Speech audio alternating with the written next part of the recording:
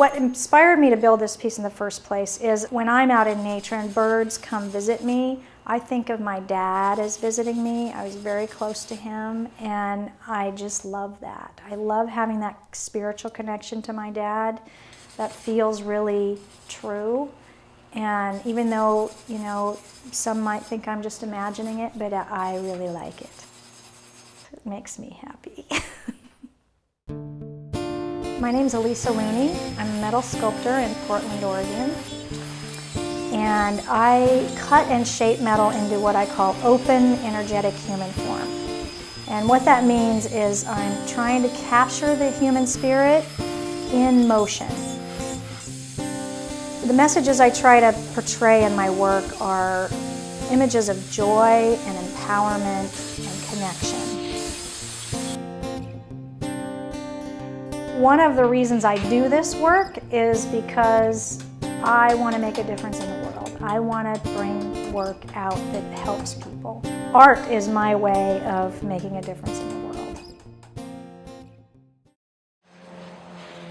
The first public piece that I put out, that it was in the style that I'm working in now with the bright colors and the thick steel, is called Going for Your Vision. And it's out in Lake Oswego in their entry to their city.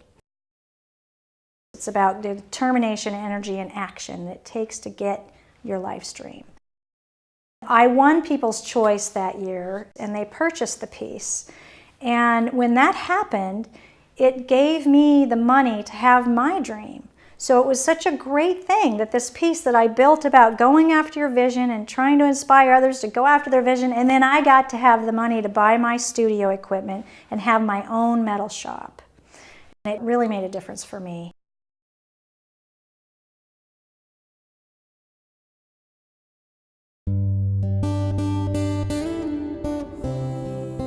I grew up on the Spokane River in northern Idaho, in Coeur d'Alene, and we called it paradise, and it really was.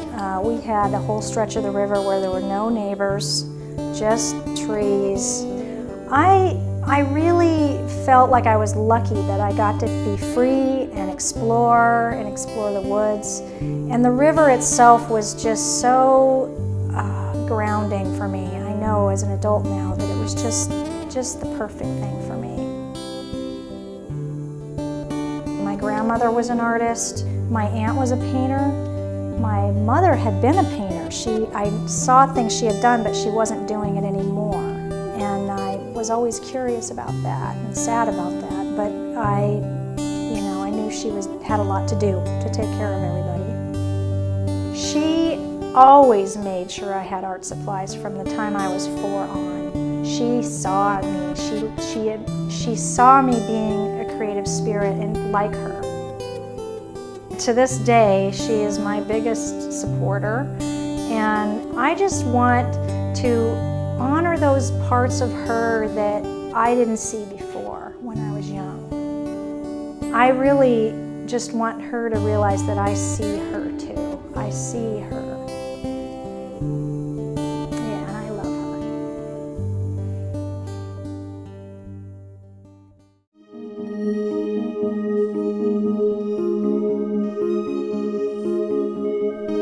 The energy of the body is so beautiful. When people are moving, it's so beautiful. And when I'm doing it myself, the feeling inside my body, I try to capture.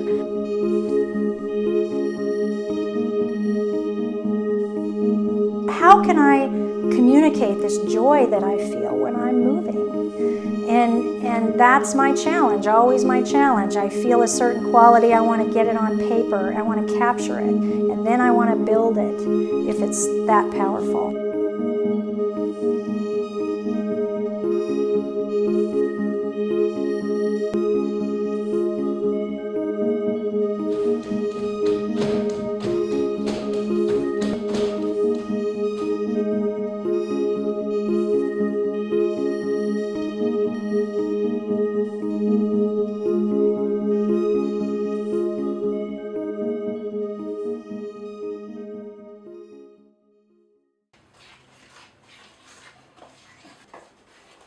I've been very fortunate to study with John Kilmaster in the last few years this process of enameling. And I always wanted to learn it from him. He's the master at it.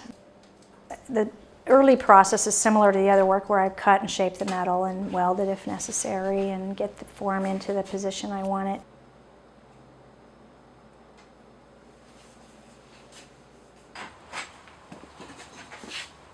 So you put it in the kiln, you let the heat rise, and then when it's to temperature, you start timing. I feel like a scientist when I do this work.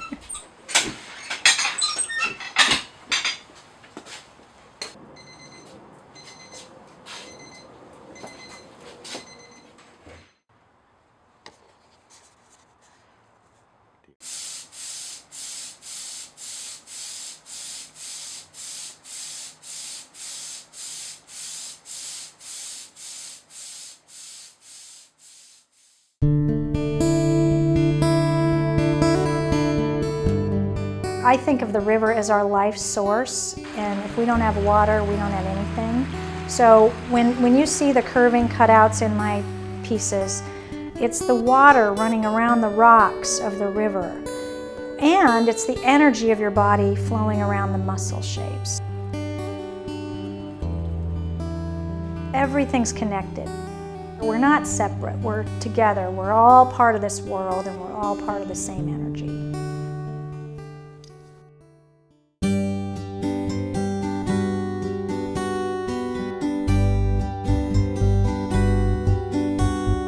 I just want to put out messages into the world that inspire people.